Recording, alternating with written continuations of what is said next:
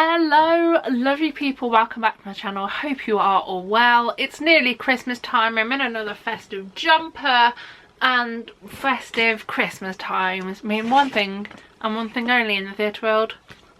It's a bloody Panto, my friends.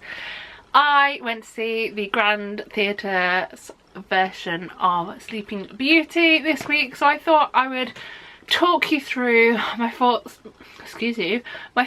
my feelings, and also give you a little bit of a nervous guide at the same time for this joyful pantomime. So if that sounds good to you, stick around, we'll get into it in 2 whole seconds.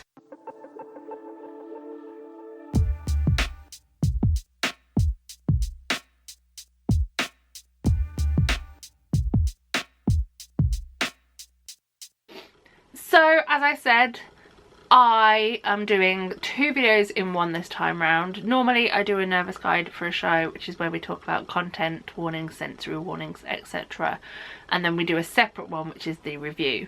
Now, as we are nearing the very festive time and I have been massively busy, plus just to get this video up and out there, I thought I'd put 2 videos together and tell you things to be aware of in the realms of sensory and content, but also add in the review at the end. So I hope that is okay. Let's briefly get into the sensory stuff because I have it ready on my phone, and there's really not a lot. My main things to warn is, number 1, the use of hydraulic blasts and fire blasts. Now, when you enter the auditorium, you are greeted by the one, the only, Claire's favourite list of information. So the Grand have put forth, it says, contains haze, smoke, pyro, flashing lights and fire. It also says the performance lasts 2 hours 30, including a 20-minute interval. Haze was a strong one. We were sat in the stalls and it very much came towards us. It was an out into the audience kind of haze, as opposed to sometimes you go to a show and it's very much a stage haze. This one very much came out, and if you may be able to hear, I'm currently suffering with the cold of 2025, which everyone's getting. So it very much hit my chest, which was very fun. But yes, haze was a big thing for me. In relation to pyro, it was more, as I said, a hydraulic blasty psh kind of pyro, as opposed to like a bang bang bang bang bang kind of pyro, if that makes sense. I, like I said, have called it a hydraulic blast. They are front of the stage, they're used during songs predominantly, and there's nothing really too loud. They're very much like a push, done. Same with the fire comes more in Act 2, same kind of area of the stage, front of the stage. They're very much just a quick blast. There is a lot of heat produced by them, but in the grand scheme of things, not too scary. The one major thing I wanted to mention was the use of 2 starting guns. In Act 1, I'm just getting the name of the song correct. The 12 Days of Wedding Presents. It's the penultimate, that's the word I need. The penultimate song in Act 1. It also comes with a lot of mess, and custard pies and chaos, and it is performed by 4 members of the cast. During that song, the number 2 is 2 starting guns.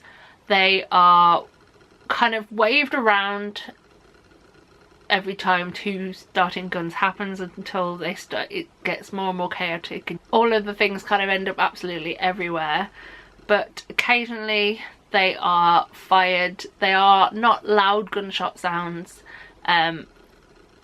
but they are a sound, and it kind of, the sound of the gun does kind of get muted by the music, because the music and actually the entirety of this show is quite loud. it's Panto, it's going to be, but the microphones were definitely on point this year, and you've also got the surrounding audience noise. So yeah, there was gunshots, but they weren't like massively really loud, but something to be aware of if, like me, you're not a fan of them. You're not a fan of guns or gunshots. Just thought I'd make you aware. So that is pretty much my parish notes, if you will, my content and sensory warnings in case you are going to see that show, this show even. See, the show is what I should have said. Now let's get into the review. Like I hopefully have said by now, this year the show at the Grand was Sleeping Beauty. I have to say, mostly for my 30s, I have seen the Wolves Panto every single year. It's become a little tradition that I see 2 Pantos a year. One being the Wolves Grand one, which is kind of acceptable because I come from around here. And then 9 times out of 10 over at least the last 3 years, maybe 4 years, I've gone to see the Bristol Panto. I also don't think I tend to review that one as much, mainly because I tend to go at really weird times and usually towards the end of the run. But I knew I wanted to see the Wolves Panto again. This is an in-house production, so everything from set design to costumes and everything has been done in-house, which I find is really cool. This is also the 3rd time that the creators, or the book creators, Ian Adams and Tam Ryan, have worked together. They also star in the Panto, and it's just a really fun dynamic to sit and watch. As it being a Panto, it's full of slapstick, comedy, jokes for the children, jokes for the adults, which is always fun when you're laughing at something and the kid next to you is looking at you like you've got 4 heads. There is always some up-to-date references. There was a lot of, I'm not going into it because I get it enough for work and I can't deal with it. But there is a little bit of that. There is also local references, so for this show it's set in Bilstonia. If you're not from the local area, Bilston is a place near Wolverhampton, so it has that kind of reference. There is also a reference to a few other places in the Wolverhampton and surrounding areas, which is always cool. There is magic, there is fun, there is even a very exciting prop slash extra character question mark in Act 2, which I kind of knew was coming because I've seen a few production shots already, but it was still really cool to see. I'm not going to ruin it because it was kind of a fun moment, and the excitement of people around me going was very fun. Also, the music was a good mix again. There is the more up-to-date, more popular songs like, is it APT or Apata? That song. There is also things like Lava Chicken, which I don't really get, but it's in there. It's one for the kids. And then you also have things from musical theatre. There was Cell Block Tango used in this show, and also, and I got very excited when it started up, there is I'm All Alone from Spamalot. Now, if you don't know me, I am a massive fan of Spamalot. Really hope that one day it comes back in some shape or form somewhere, because it needs to. It's a fun show. And when that started up, because I didn't really look at the musical numbers list in the interval like I thought I would have, I got very excited. And the entire cast, including the backstage cast, like backstage techies and production team and everyone like that, everyone was there. It was very fun. Loved it. Like 10 out of 10. The moment that song started, I was like, this is a favourite. This year it is directed by David Jansen and has choreography by Natalie Bennyworth. Both were really fun. Speaking of fun, the set and costume have been designed by David Shields. The sets are as sparkly as you would expect from a Panto. There is amazing work done on that stage by some incredible talented people. I really enjoyed it all. It was very, very fun. Moving on to the cast. Firstly, as always, the ensemble, who is, hold on 2 seconds, 1, 2, 3, 4, 5, 6, 7, 8 strong. Always a great experience to see some new people, all completely new faces to me. Here are those said beautiful faces. Yeah, hands down, really, really fun. Going back to the 2 cast members I've already mentioned, which are Ian Adams and Tam Ryan, who this year are playing Dame Mary Fortune and Mickey Fortune respectively. They are the comedy backbone, if you will, of the show. They bring in the audience, they psych the audience up. Tam has the call and response phrase entrance, if you will, this year, and it was an amusing one. My audience very much was kind of slow to build, but once they got into it, they were into it. But as with previous years, because I've seen Ian and Tam do their thing on the Wolverhampton stage before, once again, great pairing.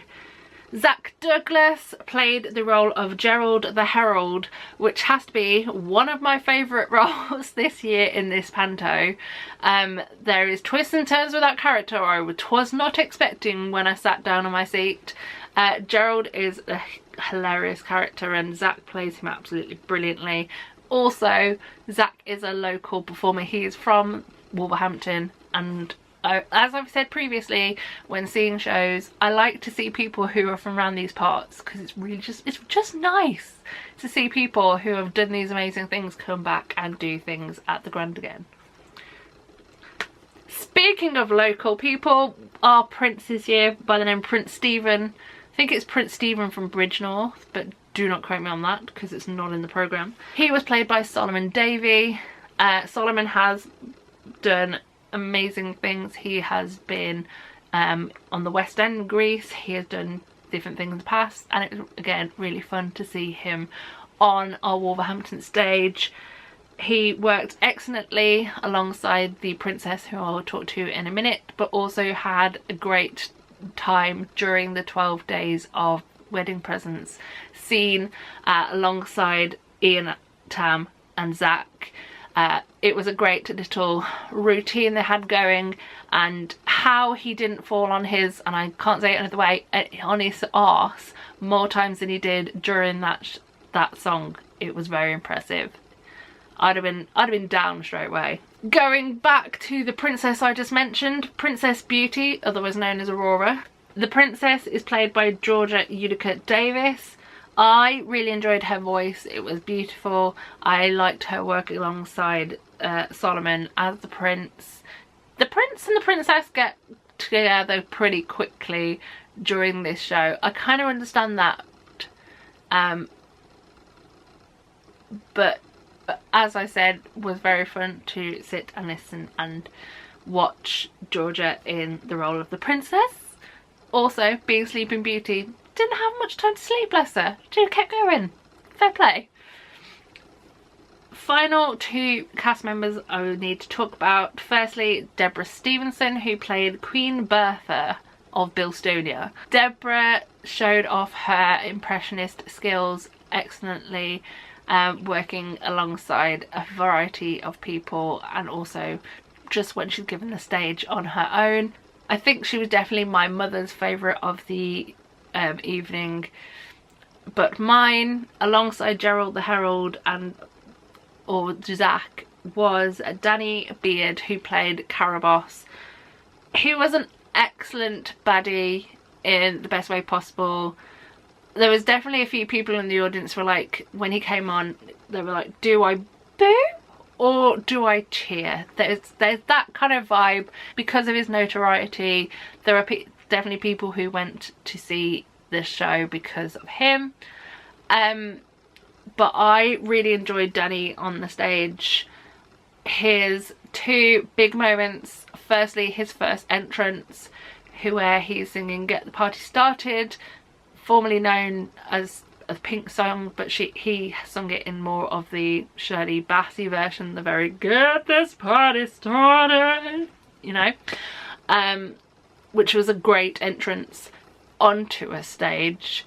And the other moment was the song Rise Like a Phoenix, which is an underrated Eurovision song, may I just say, and Danny's verse in that was also absolutely top notch.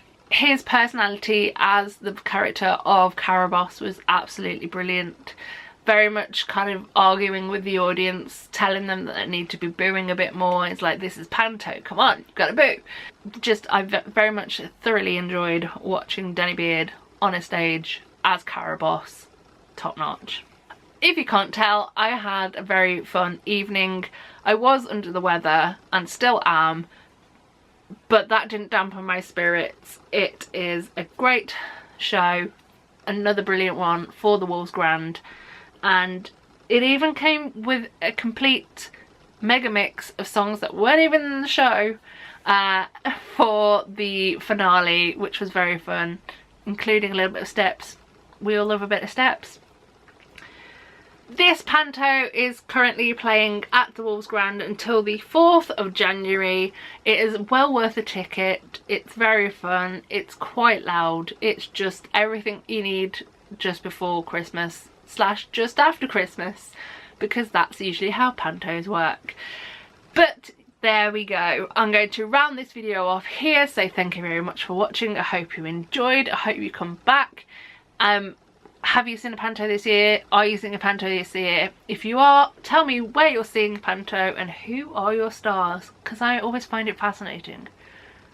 Anyway, I'm going to leave this video here, so thank you very much for watching. I hope you did enjoyed and I hope you come back. All that's left to say is the usual, which is so long, farewell, auf Wiedersehen and goodbye. Bye.